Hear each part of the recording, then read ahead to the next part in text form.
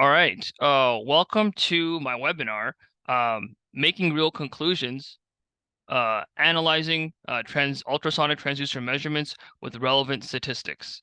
My name is Hussein Shakani, and I'm the founder lead consultant of Ultrasonic Advisors. So today in my presentation, I'll be talking about the common reasons why experiments in ultrasonic transducers end up being inconclusive. This happens all the time, that either like you compare two, A and B, you're trying to improve your process, so you make a certain change and you're not able to consistently determine if that change actually happened. Like let's say you change epoxy or you change some type of assembly method, you're trying to improve the situation. And let's say you do prove with a certain number of samples, you prove that you actually got better, but how do you really how do you really know that that change was the real reason, why your improvement happened? And to that point, also talking about how statistics can help design experiments, so you can have that your experimental design, not only the methods you use to do the experiments, but also the number of samples and how reliable your conclusions will be. Oftentimes we just present like, I measured this sample, this lot, and I got this number, and I got this lot, and I got another number. Well, that's not really telling you how reliable and dependable those results are. So if something is different, we'd like to be able to describe that more deeply. So I'll get into some of that info. So now I'll describe a little bit about my company. I founded it in 2019, Ultrasonic Advisors. I am highly specialized in bolt clamped ultrasonic transducers, but there's also a variety of other transducers I've helped clients with. There are a variety of common themes or common analysis methods between many transducers, and it's kind of my pleasure to be able to kind of implement my kind of system level knowledge and kind of deep understanding of piezoelectric materials to really provide advising and also hands-on support, especially in the area of simulations. So if you're interested in working with me in a consulting project, please kind of schedule a call. You can send me an email. You can visit my website, ultrasonicadvisors.com, or the links wherever you're watching this video if you're not on the live webinar. And also, yeah, there should be a link in the comments of this video for signing up for the next webinar. Let's talk about inconclusive results, because this happens all the time, more often than I believe is necessary, that we do experiments and they don't turn out to be conclusive. So, but let's talk about the common scenarios that trigger a new experiment to understand a phenomenon. So the phenomenons can be that our transducer performance is too variable. I'm talking about a product that has already been created and defined, and now we're trying to improve it, or we're trying to understand why a certain issue is happening. So we come across issues or situations where the transducer performance is too variable, or the transducer performs differently every time, like the same transducer, or the transducers are different from each other. They have two different performance criteria. Or suddenly you find that performance of newly built transducer changes. You have a new lot, you have a new material. How do you assess what exactly happened? So these are all troubleshooting activities, and I usually use the make process to kind of analyze these results from this kind of Six Sigma method, but that's not the topic of today. So experiments that somebody might do to improve your analysis or understand your data and system better. Oftentimes we change epoxies, how we apply it, temperature. We look at how our performance changes with power, voltage, duration, preload, whether that can be welding quality, or that can be oscillation level or efficiency. We look at the drive circuits, frequency. We have this burn-in process. We're all kind of familiar with this. It's kind of a laundry list. We change environmental conditions to better understand our device. We also work with mechanical parts and assembly improvements. All these are implemented in a DOE. which often are very they're very costly, they're time consuming, and a lot depends on what the results are. Where the management's looking to make decisions based off, the engineers tell management we're running these tests and we're going to make these decisions. And sometimes, like, what either happens sometimes is that a good decision is not, we're not really sure if the changes really helped, or we see the changes helped, but we actually falsely determine a conclusion that what we did actually changes our system or improves it. So talking experimentally, what is the strategy that I'm just speaking about in general terms for getting better results? So just looking at the experimental side. So this is my approach. So I'll kind of share my own thoughts around this area. Is oftentimes we don't do the analytical experiments for isolating root causes or effects in, the effects in the system.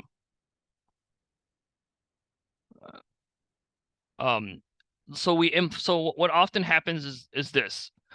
We suspect that a certain variable, let's say like bond line thickness, is causing variable transducer performance. So this is what is typically done. So we'll perform cross sections on good and bad transducer assemblies, and we'll correlate the bond line with performance with the application test equipment. That seems pretty logical and pretty and pretty standard, I would say. But there's a lot more that goes in to just isolating this one variable, because there could be other things that are different about the transducers. The other problem here is that you will fail to detect the difference because of all the differences that could occur between transducers.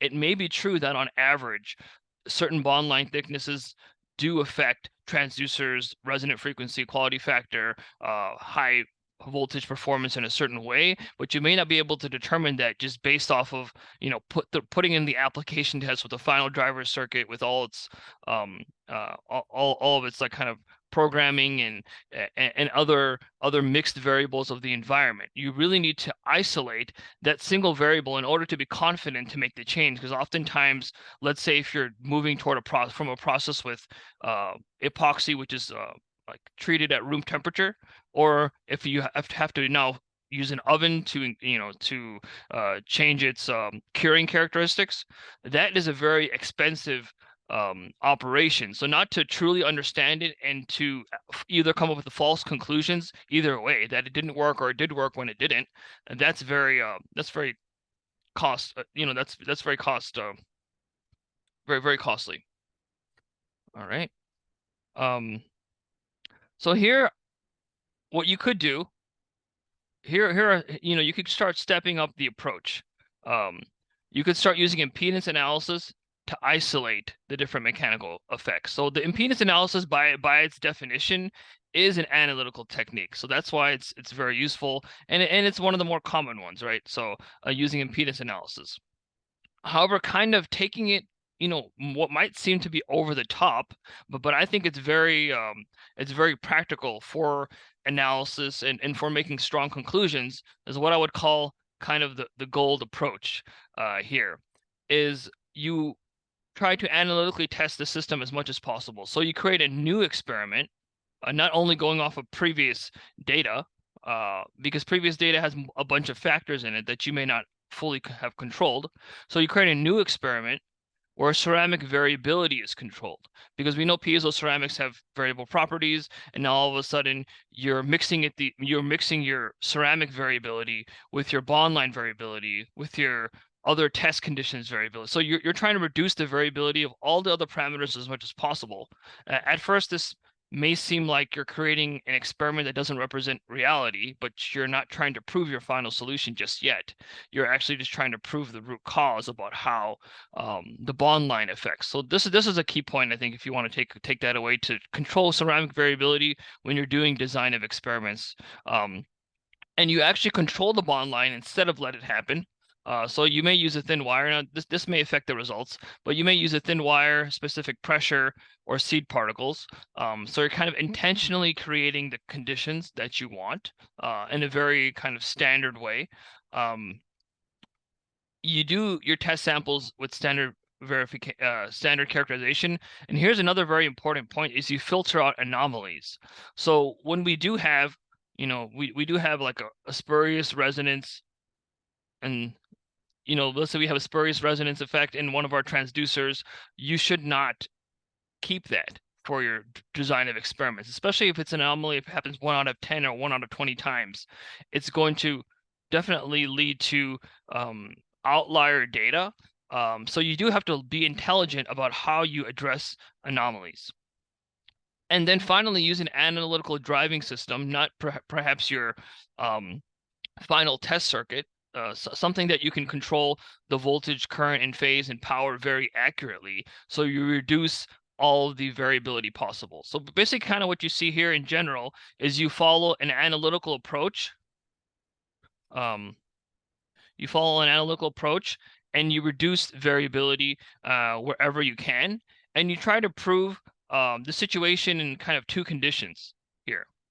So you do this, what I call OK approach, where you do cross-section transducer assemblies, but you also intentionally create you intentionally create the effect that you're looking for. So you say you can it's not only like good to show the effect, but it's good to say you can control it and turn it on and off and vary its condition.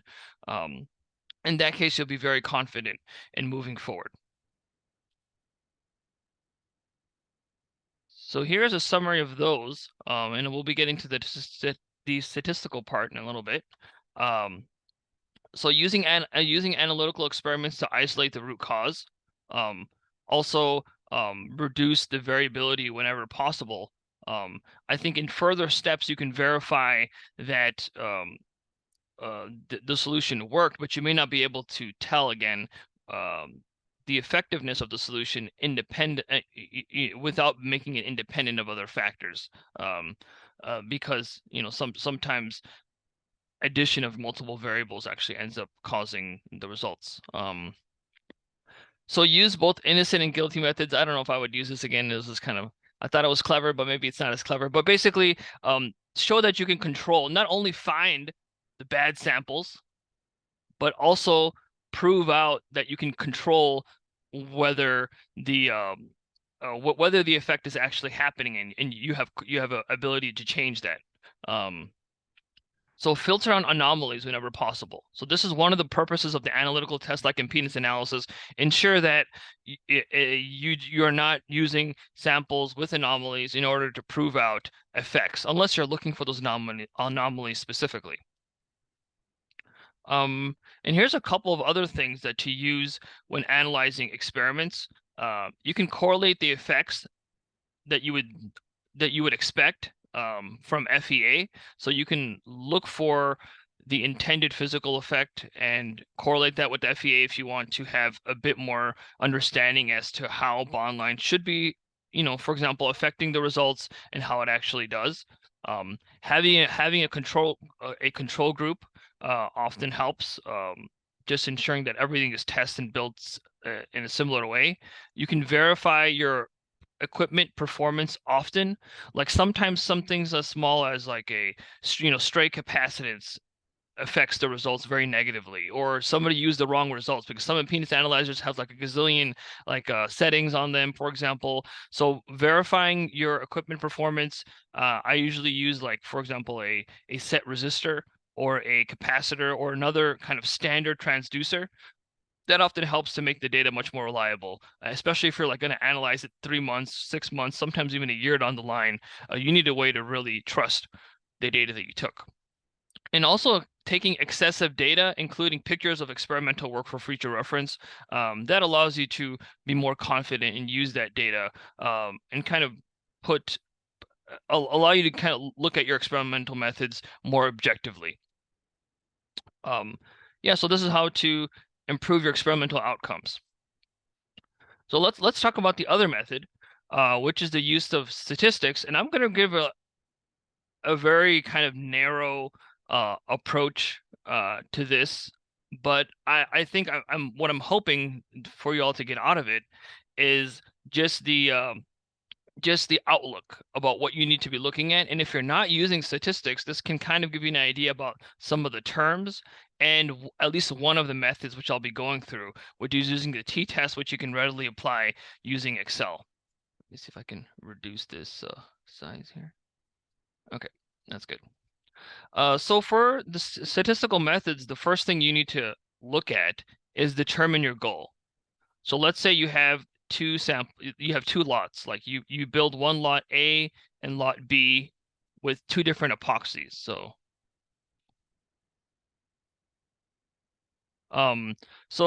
you're trying to, let's say, improve the quality factor, and you have to kind of look at like, well, what improvement in the quality factor is significant? Let's say the quality factor of A, kind of the average, is 100,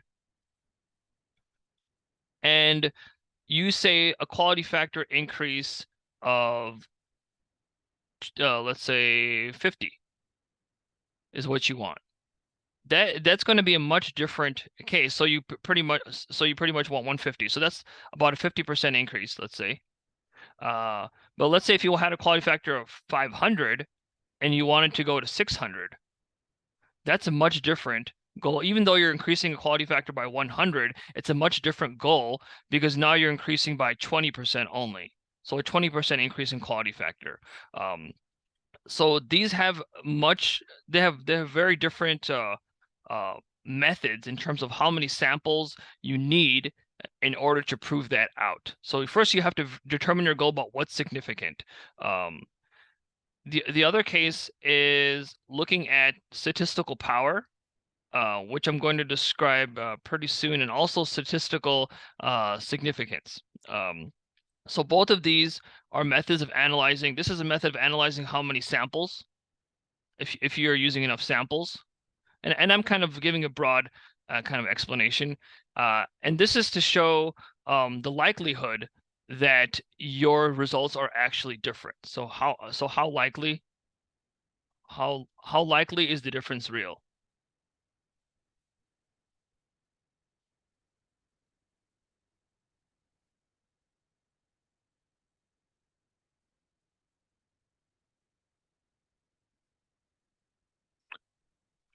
And this is one method that I'll use to show this. You'll be able to calculate statistical significance using the t-test. So I'll just kind of stop here and ask everyone, does your team use statistical significance and statistical power in your analysis of, let's say, improvement of your transducers or during design of experiments? So if anyone can write in the chat if you guys are utilizing, or also in R&D when you're trying to show differences, or are you mostly focusing on measuring the mean and the standard deviation and just kind of comparing those directly without a statistical method? I guess I guess so. Yeah, so one person said we mainly use the standard deviation. And okay, so I hope that you'll kind of consider some of this information. So yeah, somebody writing to me directly that they're mainly using standard deviation. And when I was in doing my PhD, I used mainly mean and standard deviation, and also I learned about kind of the statistical methods when I was employed. I was kind of embarrassed that I didn't learn earlier, but to more confidently state, well, is it the same if is it the same if I measure 10 samples or 20 samples? Like, what's the difference? Like, how do I kind of realize how to design my experiments? And if you take too few samples, right, you'll try again because of the normal distribution. You'll do your experiment again. You might end up with like one, lot B is higher than lot A. And then you'll end up with you'll do another experiment, your lot B is smaller than lot A. So how do you really go forward and become confident in the solutions that you're in the data that you've collected? So the first question is like, determine what difference is significant to you. This is really important because to detect a 1% change reliably is much more hard than to determine a 30% change. So if your resonant frequency increased, let's say 100 hertz versus 1,000 hertz, kind of logically, it's easier to detect the 1,000 hertz difference between two groups. But how do you put a number to that? That's kind of what we're going to be looking at. So the higher change you're looking for, the more reliably you'll find it.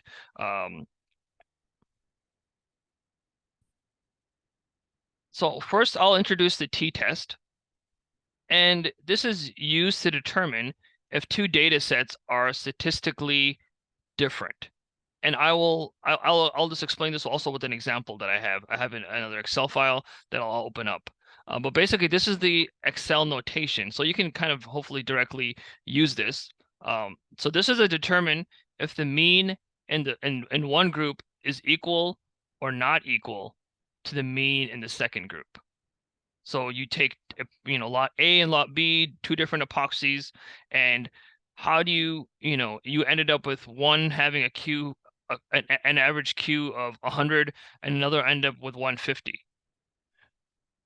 On the one side, you'd say, hey, these are not different. I mean, these are not equal. But how statistically likely that if you're due to the experiment again, you end up with this to being 110 and this being 105? Like because statistically you could pull from different sides, and I think we're all familiar with the normal distribution, but I'll just draw it. So if you have the mean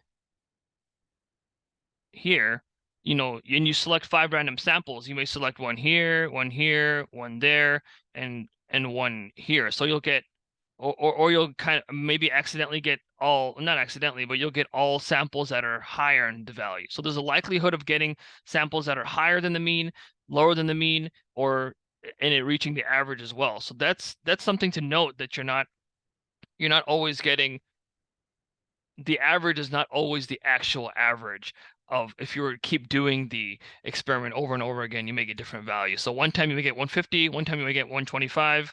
But the larger the difference between the means you're trying to prove, the easier it is to prove out. So in this case, here's Excel notation t-test. As you can see, this is array 1, so data set 1, data set 2. And for us right now, as we're talking, the important thing is 2. You'll use for C. This refers to tails, but basically by selecting 2, you're assuming and you're testing the not equal condition. And the D is 1 is for paired, and I'll explain what that is, and 3 is for non-equal variance. So typically we'll use 3, and I'll show that. So if we run 2 tests, so this is an array, of the quality factors of lot A, and B is the quality factors of lot B, and we get a value of 0.34, we can say that there is a 34% chance that the data sets are the same. That's what it basically means. So that's the outcome. So does it mean we should make the change? Like, what do you guys think? If you feel like there's a 34% chance that the data sets are the same, would you say there's enough evidence to make the change? Like, let's change epoxies because there's 74% chance that they're different. So that's good, right? We have a 70, sorry, 70, not 70, it's 60, 66% chance that they're different.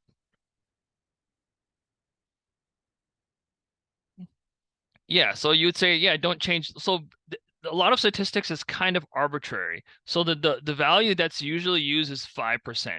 So if the t-test is lower than 5%, then you'll say we're okay, we're confident enough. So it's kind of a not, what if it's 6%? What if it's 5.1? What if then you would kind of like, then what do you do? Like, that's up to you, I guess. But usually we always just go with this value as a standard. So if the t-test was 2.2%, or you could say there's a 99.8% chance, not change, chance that the data sets are different, that's enough. But usually 5% is what we'll use. And somebody was also making the comments directly about statistical power, and we'll go through that. So this is the one test. So like I have these two data sets, and these are randomly generated. I think can you all see the Excel? Hopefully you can all see the Excel file. And I think I shared the screen. So I'll hide. So this is a Q factor of one lot. And I kind of did a random number generation with the normal distribution. This is a Q factor of another lot. So if I was going to look at right the statistical difference between these two, so I would go equals t dot test parentheses, and you highlight one, and let's just do a few, and then we'll comma, and let's say we did these are four data points. The tail is two-sided distribution, and we'll use 3 because we don't really know the standard deviation, so we use number 3 to say they have unequal variances because we don't know.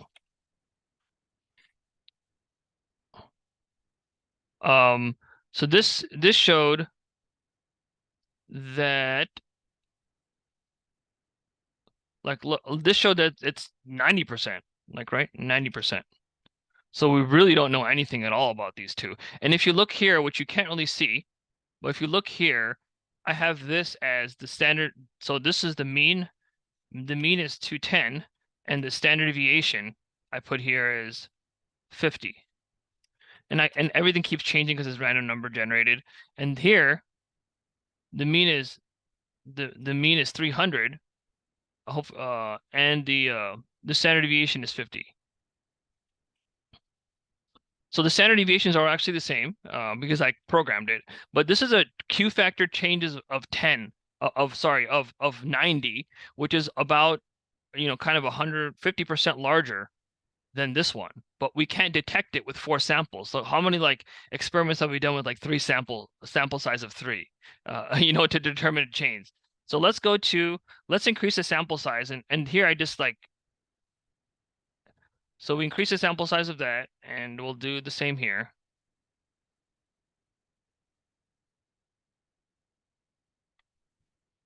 So we still don't have enough to prove these quality factors are different. So what if the standard deviation was smaller? What if the standard deviation was smaller, or the difference was larger? So if the difference was not 210, but let's say if it was 500. So the standard deviation, I'm changing that to now 500.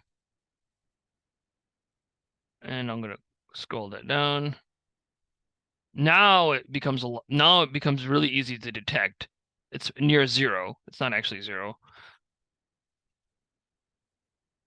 It's really small, basically the p-value. So the larger difference we're trying to detect, the easier it's going to be to actually see the difference. But just remember that you may be making a conclusion based off of like 3 or 4 data points where you're not actually the mean is truly different, because here I even programmed it in, but you actually cannot prove it because you don't have enough samples and the standard deviation is too high. So that begs the question, like, okay, so how many samples do we need, right? And let me just answer that question first, before I do the other one. So in this case, after you determine what effect is significant to you, and you estimate the approximate mean and the standard deviation, you can determine the sample, like the mean difference. So the difference in the mean, delta, you could say mu, or however you'd like to say the mean, and you divide that. So when we are looking for a Q factor change of 200, and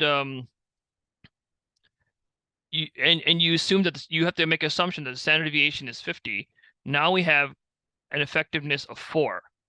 That means we don't really, in here you can't even, you don't need many samples in order to determine that statistical difference. It's not even listed on here as a kind of, this is effectiveness of 1.5, of 1, and 0.075. But let's say you're trying to determine a mean difference of 50, a Q difference of 50, and you have a standard deviation of 50, that would be 1. So this is another case of arbitrary statistics where usually just a number is chosen for for samples. Usually we go with this is statistical power. So usually we choose a power of 80%. And what this basically means is that if we make a conclusion, what's the likelihood of it being correct? So there's an 80% chance of it being correct if there's a likelihood if we do make a conclusion from the original p-value test. So it's kind of confusing, but it's kind of you can read more about it. So we do basically choose an 80% power. So that would mean we have to use 16 samples, or like about 16 samples, in order to determine and make this conclusion. So there are a bunch of different programs and kind of Excel packages. The standard Excel package doesn't have a sample size calculator, but basically choosing enough samples based on the difference you want to detect. So to determine a difference of 200, you don't need much, but to determine a difference of um, of um, of less, a smaller difference in results, you'll need more. You'll need more samples. This is why sometimes in R&D we can get away with just saying, oh, we'll do 5 samples and we're going to try this change, because sometimes the change is so dramatic. Like if you're going from a Q of 100, like, let's say for a high power transducer, and you actually wanted a Q of 500, like you don't need many samples to prove this out. You can almost even prove it out on one sample. Like you just test one, you do one sample, it's 100, you change the epoxy and the assembly methods and you get 500. That, in that case, you only need one, because you're like, or two maybe, just to make sure it's not a fluke. But you don't need many. But as soon as you're going more incrementally based, especially when you're looking at variability, that's where you need to be careful. So I'll kind of go back. So what we talked about here, we talked about sample size.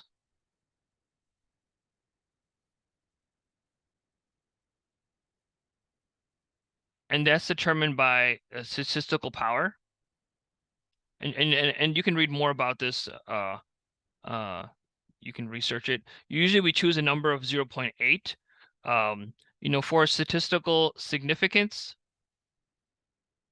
there has to be a certain difference, like a difference in the mean, that we're looking for, and we usually go with 0.005, and this is usually called a p-value of basically 5%. There's a couple of different other statistical tests on the t-test.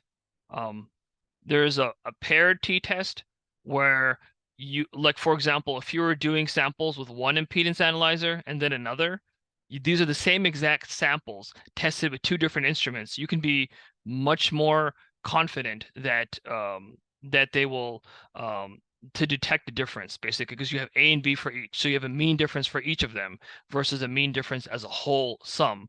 So in this case, for the t-test, you can actually just use one for paired t-test. That would allow you to use much fewer samples in order to determine that difference. There's also the one sample t-test. Like if you want to look for if you measure a value, like let's say 100 Q, and you want to make sure that there's no likelihood of it being 150, or you have a specific limit that you want to make sure you're under on average. So we know that because of standard deviation, you may have some high values and some low values, which if you want to prove that the mean is lower than a certain value, then you can use a one sample t-test without having two data sets. Your second data set's practically just one number. And what we did was a two sample t-test, and there are other kind of binary sets where you just have like one, or like, was there anomaly, was there a spurious mode, or was there not a spurious mode? So you can kind of count that number. With epoxy A, there was four out of 5 had spurious modes. With epoxy B, 1 out of 5 had spurious modes. Like, what is the likelihood of epoxy B helping? That would be done with binary data sets.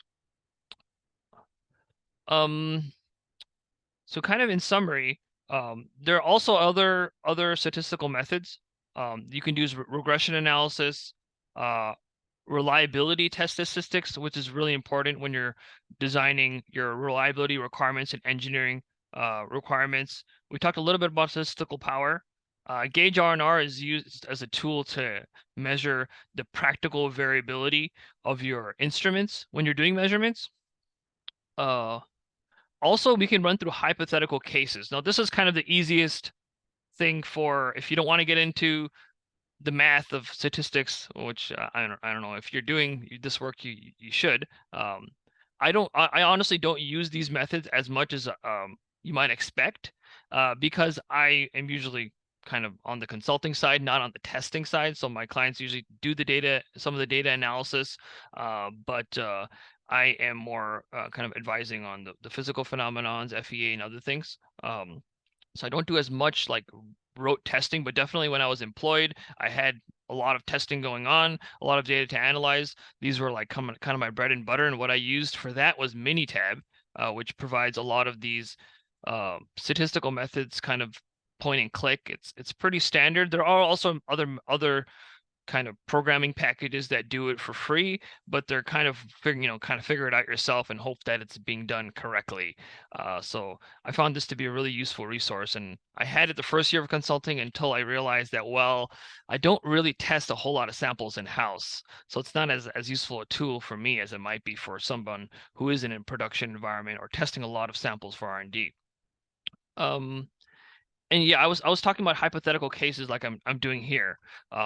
You can use Excel to calculate random values. Given a mean and a standard deviation, you can calculate random values. So you can try experimental data.